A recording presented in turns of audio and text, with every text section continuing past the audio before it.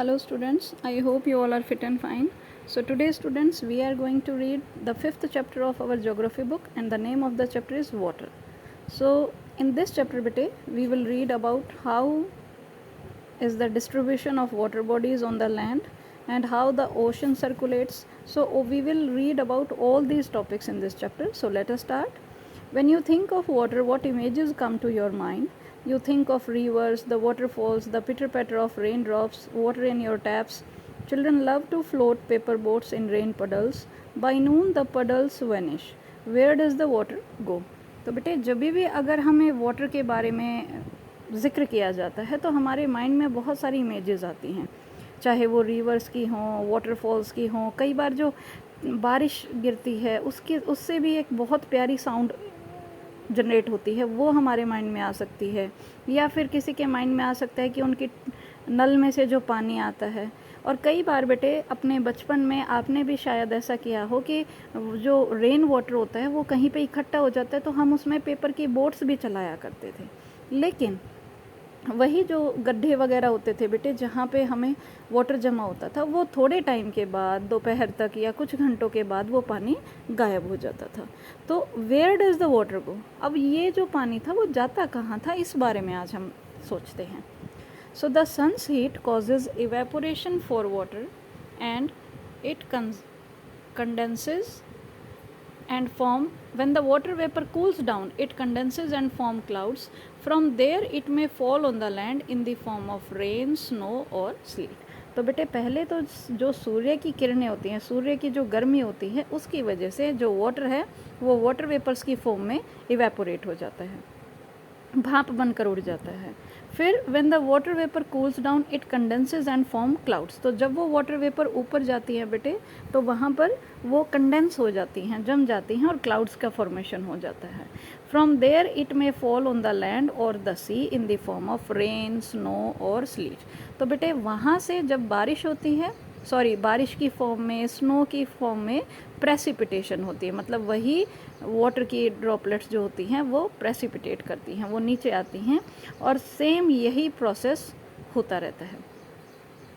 The process by which water continually changes its form and circulates between ocean, atmosphere and land. This is known as the water cycle. तो बेटे ये जो process होता है जिसमें water जो है वो अपनी फॉर्म्स को चेंज करता रहता है, जैसे लिक्विड से वाटर वेपर्स बना, वाटर वेपर्स से वो कंडेंस हो गया, क्लाउड्स की फॉर्मेशन हुई और क्लाउड्स की फॉर्मेशन के बाद रेन की फॉर्म में, स्नो की फॉर्म में वो दोबारा से नीचे आ गया. तो ये जो सर्कुलेशन है बेटे वाटर का हमारे ओशंस में, एटमॉस्फेयर में, लैंड के से, तो इस सभी को हम क्या बोलते हैं? Water cycle. तो ये बेटे आप राइट साइड पे ये जो पिक्चर दे रखी है यहाँ से देख सकते हैं कि ये जो एरोज आपके लगे हुए हैं किस तरह से इवेपोरेट होके यहाँ पे कंडेंसेशन हो रही है, क्लाउड्स की फॉर्मेशन हो रही है और फिर प्रेसिपिटेशन हो रही है दोबारा से. तो वाटर का जो लेवल है वो सेम रहेगा. Our earth is like a terrarium. The same water that existed centuries ago still exist today.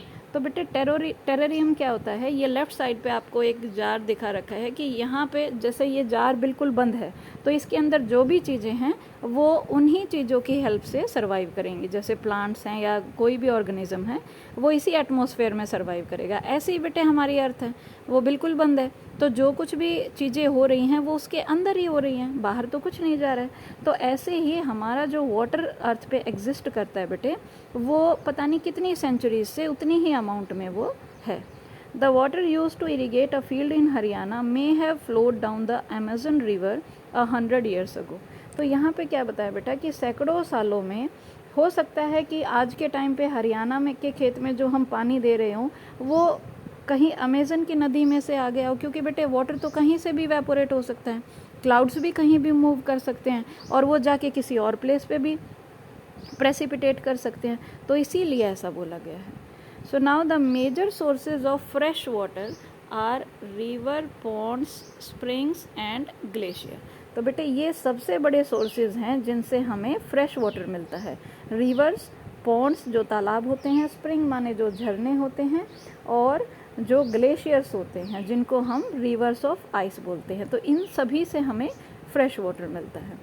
The ocean bodies and the seas contain salty water. तो जो ओशन में पानी है या समुद्र में पानी बेटे वो क्या है, सॉल्टी वाटर है, नमकीन पानी है।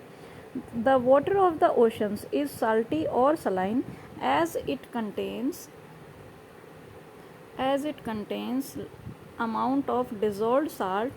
Most of the salt is sodium chloride or the common table salt that you eat. तो बेटे ये जो नमक हमारे समुद्र के पानी में पाया जाता है ये ज़्यादातर सोडियम क्लोराइड पाया जाता है, जिसको हम खाने के लिए यूज़ करते हैं। इसको हम कॉमन टेबल सॉल्ट भी बोलते हैं और सोडियम क्लोराइड भी बोलते हैं।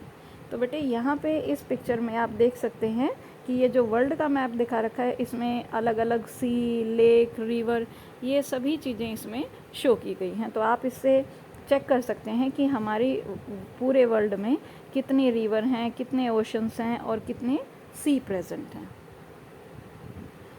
Now moving to the next page, that is distribution of water bodies. मतलब हमारी जो अर्थ पे वाटर है बेटे, टोटल जो वाटर है उसका डिस्ट्रीब्यूशन कैसे किया गया है, किस तरह से उसको ये निर्धारित किया गया है कि वो अलग अलग एरियाज़ में डिस्ट्रीब्यूट हुआ हो। तो यहाँ पे बेटे हम पढ़ते हैं, we all know that 3/4 of the earth surface is covered by water. तो हमारी अर्थ सरफेस का 3/4 पार्ट, 3/4 पार्ट जो है वो पानी से ढका हुआ है। If there is more water than land on this earth, why do so many countries face water scarcity. अब बेटे हमारे मन में ये क्वेश्चन आ सकता है कि जब इतना ज़्यादा पानी है, 3/4 वाटर से कवर्ड है, फिर भी इतनी ज़्यादा हमें वाटर स्कैरसिटी क्यों फेस करनी पड़ती है, मतलब पानी की कमी क्यों फेस करनी पड़ती है। So is all the water on earth available to us? The following table gives the distribution of water in percentage.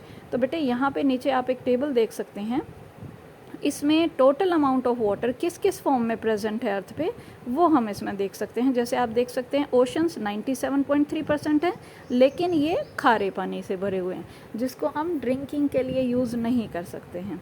Next है जो आइस कैप्स हैं, ग्राउंड वाटर है, फ्रेश वाटर है, इनलैंड सी हैं, एटमॉस्फेयर में कितना प्रेजेंट है, reverse में कितना प्रेजेंट है, ये सभी कितना है, फ्रेश वाटर। तो 97% तो वैसे ही सलाइन है, बचा कितना, ओनली 3%। तो वो 3% बेटा इन अलग अलग फॉर्म्स में प्रेजेंट है। और कुछ एरियाज़ तो ऐसे भी हैं जहाँ पर हम पहुँच ही नहीं सकते, वहाँ पर भी ये प्रेजेंट है। तो इस तरह से बेटे वाटर की स्कार्सिटी है, क्योंकि हमारे पास जो वाटर फ्रेश वाटर के तौर पे है वो बहुत कम अमाउंट में है। नेक्स्ट आपका जो डू यू नो में लेफ्ट साइड में दे रखा है, that is salinity is the amount of salt in grams present in 1000 grams of water. जो सैलिनिटी होती है बेटे, 1000 ग्राम पानी में जितना नमक मौजूद है उसको सैलिनिटी बोला जाता है। ठीक है, तो जो एवरेज सैलिनिटी है हमारे ओशंस की वो कितनी है, 35 पार्ट्स पर 1000। 1000 में 35 भाग जो है वो नमक प्रेजेंट है उसमें। नीचे एक और दे रखा है, डू यू नो कि डेड सी जो है बेटे इज़राइल में, उसकी सैलिनिटी है 340 ग्राम्स पर लीटर ऑफ वाटर। 1 लीटर पानी में 340 ग्राम नमक उसमें प्रेजेंट है। तो swimmers can float in it because the increased salt content makes it dense. तो ये जो वाटर है बेटे डेड सी का, इसमें जितने भी स्विमर्स हैं वो इसमें इजीली फ्लोट कर सकते हैं, क्योंकि इसमें नमक की ज़्यादा अधिक क्वांटिटी है, तो उससे ये गाढ़ा हो जाता है ये पानी। तो ये यहाँ पे इंफॉर्मेशन हमें मिली थी।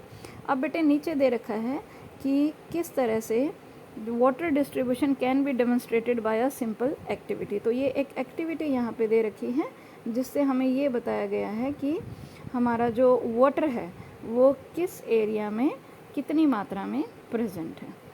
नीचे है बेटे, water is absolutely essential for survival. तो हमारे सर्वाइवल के लिए बेटे जैसे ऑक्सीजन सबसे इम्पॉर्टेंट है, वैसे ही जो वाटर है वो भी इतना ही इम्पॉर्टेंट है। Water alone can quench our thirst when we are thirsty. तो जब हम प्यासे होते हैं, सिर्फ एकमात्र वाटर ऐसी चीज़ है जो हमारी प्यास बुझा सकता है। Now don't you think we are wasting a precious resource when we use water carelessly.